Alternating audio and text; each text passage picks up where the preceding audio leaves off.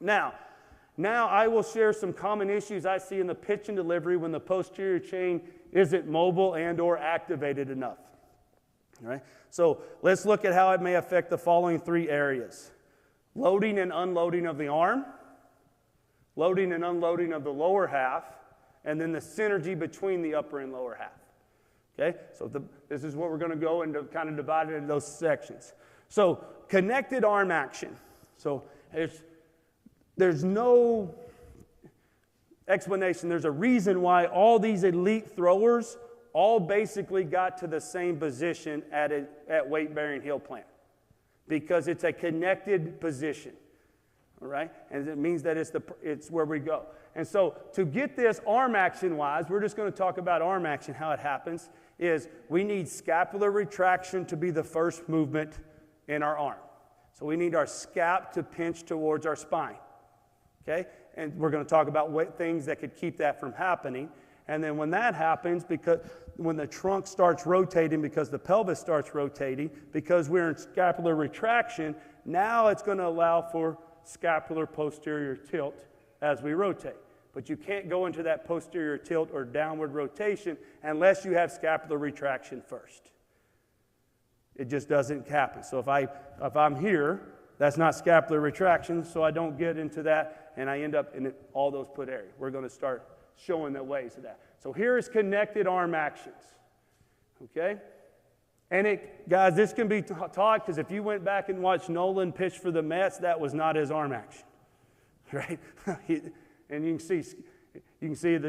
can tell because of the elbow, he's getting scapular retraction, and then the rotation of the pelvis, trunk, and spine is causing the scap to create that posterior tilt or downward angle. Here's Bowers. You'll see the same thing.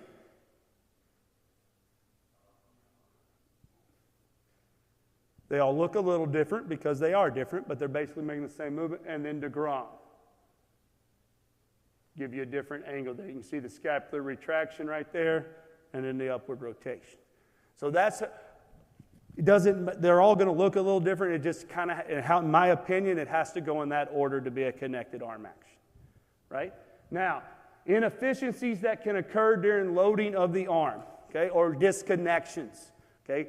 We call them disconnections or inefficiencies because you can always be less efficient or more efficient in it. There's not a correct way, right? It's an efficiency of movement, all right? So the first one is crossing the acromial line. Then we'll look at inverted W, elevated distal humerus, and then forearm flyout. These are the major ones we see in the loading part of it. So your acromial line, those big knots on the top of your shoulders are your acromials. Draw a line through those like I did right there.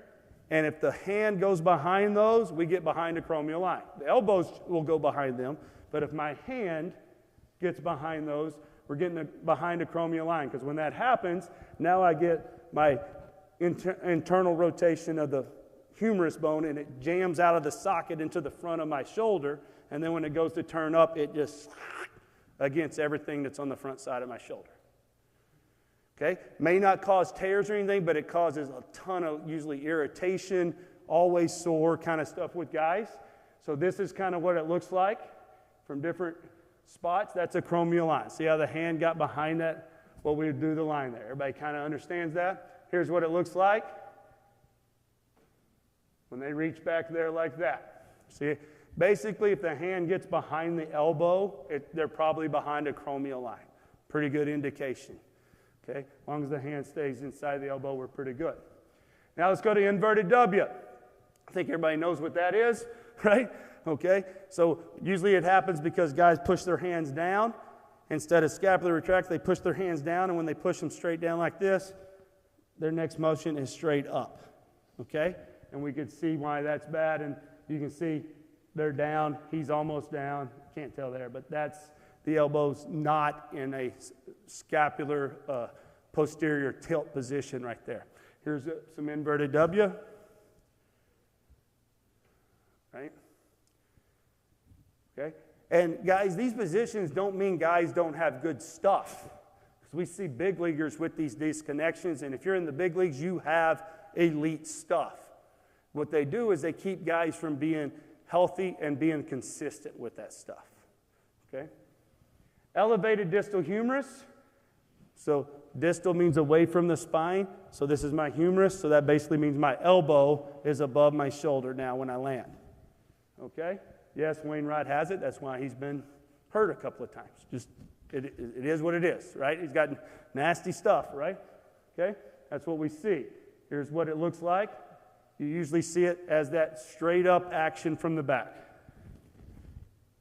Right? And so if we're doing that, we don't have scapular retraction taking place. Right? Okay, and then we have forearm flyout. At weight-bearing foot plant, this angle here between your humerus bone and your forearm is greater than 90 degrees. You can see all those guys there, forearm flyout. Now, a lot of times lower half leads to this because it's not on time and stuff, but that's what happens at landing. So here's what it looks like. Okay. The reason why I say lower half leads to this, if you're guys that push off the rubber instead of rotate off the rubber, they move away from, they're pushing away from as their hand's trying to come up.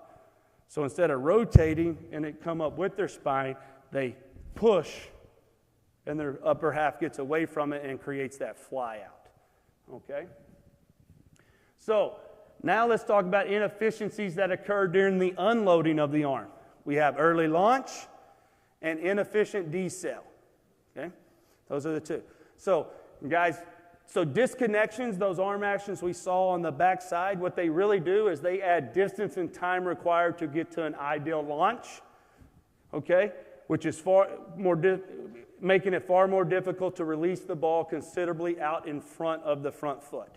So at release, that ball needs to be a good, 12 inches or so at release. If we're looking at from the side, the ball needs to be coming out here, right?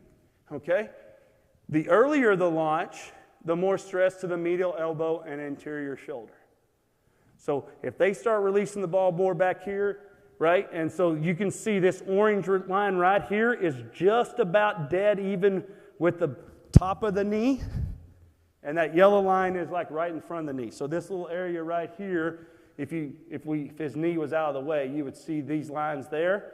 And so as you get further back this way, my arm's perfectly fine to bend out here. It's not fine to bend back. That's not how it was designed to bend. Everybody see the difference? So if I can just get more, it's fine there, but it's not fine there. So that's why we get more elbow issues and sometimes anterior shoulder pain with this. So here's examples. That's an earlier launch, okay? And that's a later launch. Guys, my son's 17 now, but growing up, every weekend I'd walk by a field somewhere and there's some kid that looks like that on every field.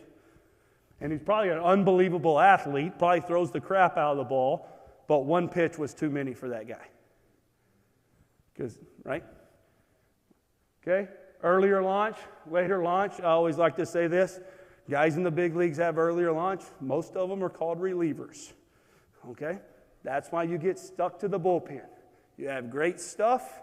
You just can't do it for 100 pitches every 5 days because of that. Too much stress in the soft tissue.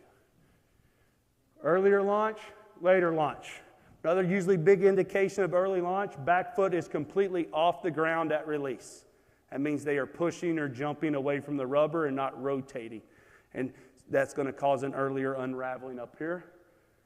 There's an example of earlier and later, so you guys can get a visual. Here's some video. So here's from the forearm flyout. It's really hard to get to a late launch if you have forearm flyout. I'm not saying it's impossible, just saying it's extremely difficult. So here, boom, you can see that ball's coming out right about the knee. Okay? Don't want to say who that is. I tried not to blow guys up. Sometimes you just find videos and you can figure out who it is.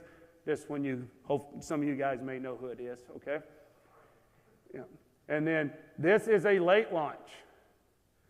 Look, his hand's not even moving forward till his elbow's in front of his knee. Right? Okay? Earlier launch. It's always usually another good sign. If we see this knee buckle back before release, that's probably going to have an early launch. The reason why the knee is doing that is because they didn't get enough pelvic rotation. So instead of their throwing hip trying to rotate, they're trying to pull their glove hip back.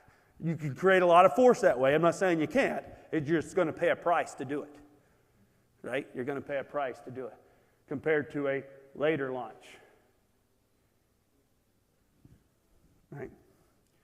Earlier launch, later launch.